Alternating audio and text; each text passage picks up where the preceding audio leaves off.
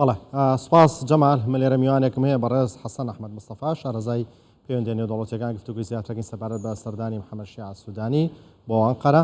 بەڕێز حەسەن ئەحمەد مستەفا بەخێر بێن و نەڕۆزی زۆر سپاس ساغبی سپاس بۆ ئامادەبوونتان. ئەردۆغان لە سەرەتایان قسانەی لە شوێنێکی دیکەش کاتێک قساکە زۆر باس لە هاریکاری هەرێمیەکە. ئەم هاریکاری هەرێمی لەگەڵ چیە؟ چ ئامانجێکیە؟ چ مەبەستێکیە؟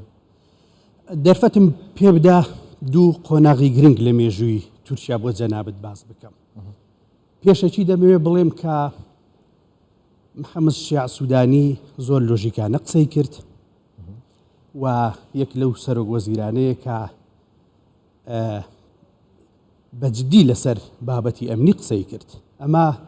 خاڵێکی جێگای دڵخۆشکەریە بابەتی کە دەمەوێت لە دوو قۆناغدا ئاماژەی پێ بکەم. لە ساڵی 1923ەوە کە دەوڵەتی تورکیا فۆرم دەکرێت تاکو دەگات بە شەڕی ئازادی عێراق تورکیا ئەم ناوچەیە بەجێ دەهێڵێ. تورکیا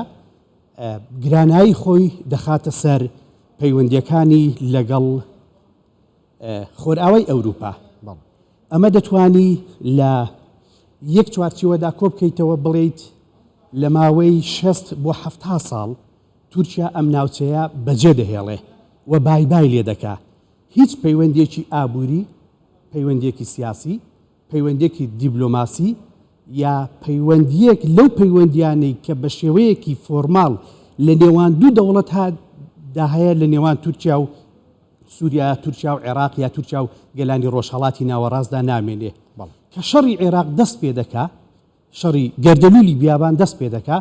تورکیا سیاسەتەکانی بە ئاراستەی ڕۆژهەڵاتی ناوەڕاستدا پێچ پێ دەکاتەوە. پێچپێکردنەوەیە کە مای هەڵوەستەیەکی جددی عێراقیەکان و هەرێمی کوردستان و کۆمەلگای نێودەوڵەتی سێنتەرەکانی تینگتانک و هەموو ئەوانە دەبێ کە بایەخ بە کەیسی تورکیا دەدەن. لە ساڵی 1991 ئەم پێشەکیەم مەبەستە بۆ ئەوەی ئەوانەی گوێمان لێ دەگرن شتێکیان بدەینێ بۆ ئەوەی ڕووداوە سیاسیەکان کە لە پەیوەندی نێوان تورکیا و عێراق دێن بە بەرجەستەیی شتێکیان لی دەست بکەوێ بزانین لەکوێوە دەست پێ دەکات. لە ساڵی 91ەوە لە شەڕی گەردەلوولی بیابان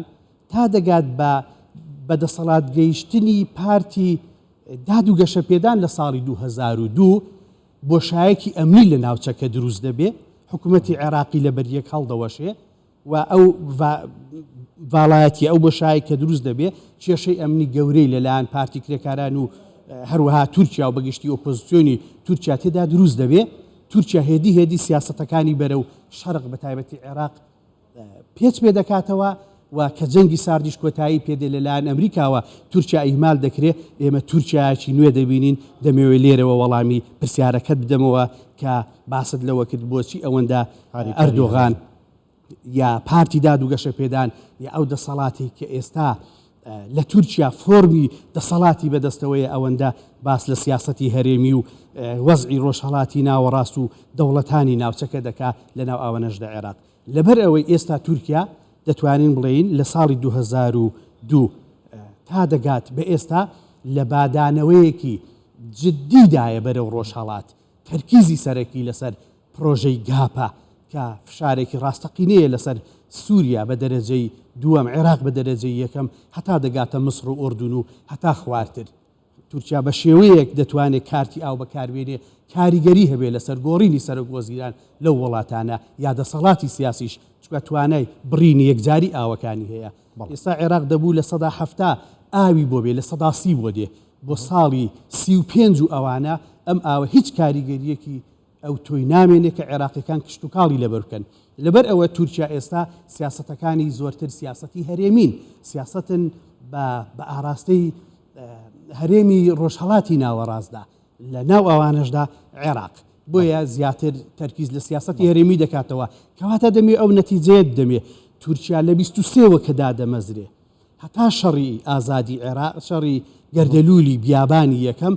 بە هیچ شێوەیەک هیچ عیلاقەیەکی لە ڕۆژهەڵات نییە مەگەر ئەوەی کە پەکەکەوانە دروست دەبێ ئاوڕێک لە منتیقەکە و بەهۆی هینی عەسکەریەوە، بەڵام هیچ مێشک و ستراتیجەتێکی لەسەر ئەم ناوچەیەوە نییە. لەو کاتەیەوە هەتا 92 هەتا 2002 پرسی ئەمنی هەیە بەس لە 2002 بۆ ئەم دقەیە کە ئێمە قسەی تێدا دەکەین تورکیا گرانایی سیاسی دیبلۆماسی ئەمنی ئەنرژی هەموو بارەکانی خستوەتە سەر ناوچەکە بە تایبەتی عێراق بەم ئاوردانەوە بەرەو ئەم لای تورکیا تا چەند بەرژۆندی دراوسەکانی لەبەرچاوەگرێ لەگەڵ عێراق کێشەی ئەمنی هەیە ئەوەی کە سوودانی باسی کرد بۆیە شویستم لە پێشدا باس لە سوودانی بکەم لە بەرەوەی لۆژیکی تر لە سەرۆکەکانی دیکەی کە لە بەغداوە چوون جەختی لەوە کردەوە کەوان سەروەری عێراقیان مەبەستە کێشەی ئەمنی هەیە لە بەعشیقە هەیە کە حساسەتێکی مووسڵ لەسەر مووسڵ هەیە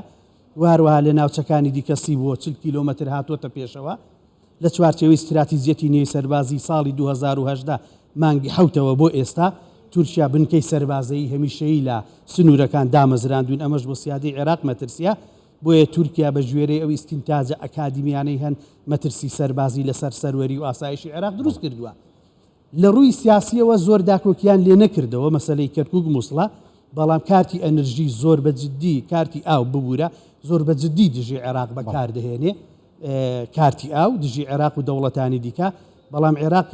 هاوینێکی سەختی لە پێشە بەسڕە لە مەترسیدایە دەسەڵاتەکەی شیع سوودانی لە بەردەم خۆپیشاندانی جددی بێئاویدایە ئەم ساڵ هاوین بۆیە دەبێت لە ئێستاوە لەگەڵ سەرۆک ئەردۆغان چارەسەرێک لە وەزعی حکوومەتی خۆی بکە لە حکوومەتی لە مانگی تشرینەوە دامەزراوە و یەکەم سەردانیشیەتی بڕیارێکی عەقڵانەی داوە لە بەروەی ئەگە تریلیۆنان دۆلاریش میزانیە و یەدەگی بانکی عێراقی بێ و هەروەها نەوتی و نرخی نەوتیش باش بێ بەڵام عێراق تینوو بێ نەوت ناتوانێت جێ ئاو بگرێتەوە کارێکی عەقڵانە دەکا سەرۆک ئەردۆغانیش ئەگەر هەندێک ئاماژەی دەستکەون بۆ ئینتیخاباتی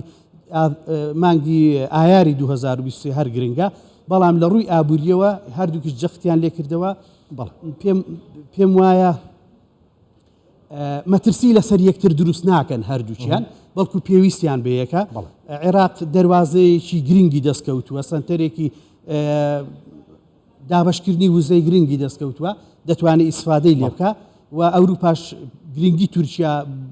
ئەوروپا گرنگە بەهۆی ئەو غازەیەوە لە ڕێی پرۆژەکانەوە پێی دەگەیەنێ بەشێکی گرەوەکەی لەسەر عێراق و کوردستانە ئەم سەردانی سوودانی بۆ ئەنقەرەوە کۆبنەوەی لەگەڵ ئەردۆغان لەو پەیوەندیانەی کە لە نێوان عێراق و تورکیادا هەیە لە ڕووی ئابووری سیاسی ئەمنی و هەروەها پرسی ئاویش کە دەوترێ سەرێکی ترین بۆ کە باسی لێکراوە لە ئەردۆغان باسی کردکە لە بانگی داهاتووە ڕێژی بەردانەوەی ئاوەکە بۆ عێراق زیاترەکان لەم پرسانە کامیان لە تۆپی گفتوگۆکانی ئەردۆغان و سوودانیدا بووە بەنسبەت عێراق پرسی ئاو گرنگترین پرسە لە بەرەوەی هەم چارەنووسی ئاسایشی ئابووری کۆمەڵایەتی و حکوومەتی پێوە گرێ دراوە عێراق تاکە گرفتێکی گەورەی لە ئێستادا هەبێ لە کاریگەری شەقامی لەسەر دروست دەکا گرفتی نەبوونی ئاوی پاکی خواردنەوەی لە ناوەڕاست و خواروی عێراق و ئەمە مەترسی کۆچبەریەکی سەرتاسەریش بە ئاراستەی بەڕاستی مووسڵ و کەرکووک و هەرێمی کوردستانیش لە ئایندەدا دروست دەکا ئەگەر ئەمشکە ساڵگە بەردەوام بێ بۆیە ئەوەندی هەرێمی کوردستانیش بە تێڕوانینی من بتوانێت ڕۆڵێک لەوە ببینێت چێ هاری کاربی بۆ چارەسەرکردنی پرسی ئاو بۆ ئاسایشی دانیشتوانی هەرێمی کوردستانیش گرنگە و ئەگەر دەمەوێت ئەوە بە دیقەت بە جەنابەت بڵێم بگاتە ئەوانەی کە گوێشمان لێ دەگرن ئەگەر گفتوگۆی دیکە گفتوگۆی ئەمنی گفتوگۆی ئابووری گفتوگۆی ئێنەرژی وزە نەوت قەرزێک کە هەبێ دادگا هەر شتێکی لەم گۆڕەی لە نێوان تورکیا و عێراق هەبێ هەمووی لەسەر ئەساسی ئاوەکەیە بۆ نمونە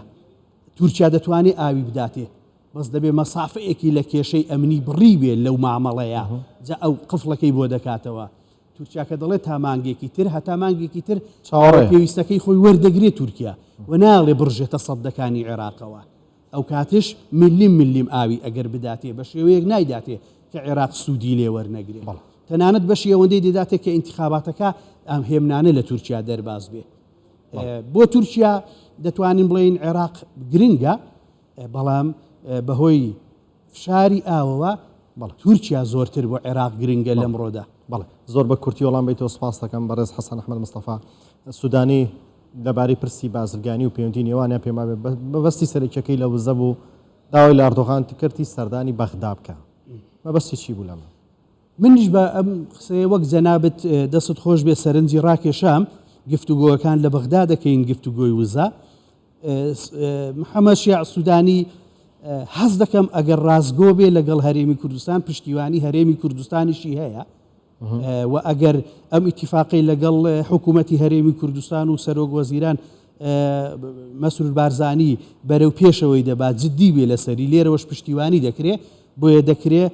ئاماژەکەی ئەوە بوو بۆ پرسی وزە دەتوانن لە بەغدا گفتوگویەکان دەست پێ بکەین یعنی لە بەغدا بیکەن لە هەولێر بیکەن بۆوان فەرقێکی نییە بەغدا سنترالی ئەو مەزعەیە دروستیشە بۆ هەرێمیش ئیشکالەتێکی تێدانە بەڵام بەو مەرجەی کە سوودانیش بە دروستی بە ئاراستەی جێبەجێکردنی خاڵەکانی ئیتیفاق لەگەڵ هەرێمی کوردستان بەرەو پێشەوە بێت بەڵێ بەڕێز حەسەن ئەحمەد مستەفا شارەزای پێدێنی دەوڵەتیەکان لە ستودیۆ ئامادە بووی سپاس بە ئامادەبوونتان بۆ شرۆفەکانتان بەخێرات سوپاس بۆ جەنابیش سپاس بەخێرات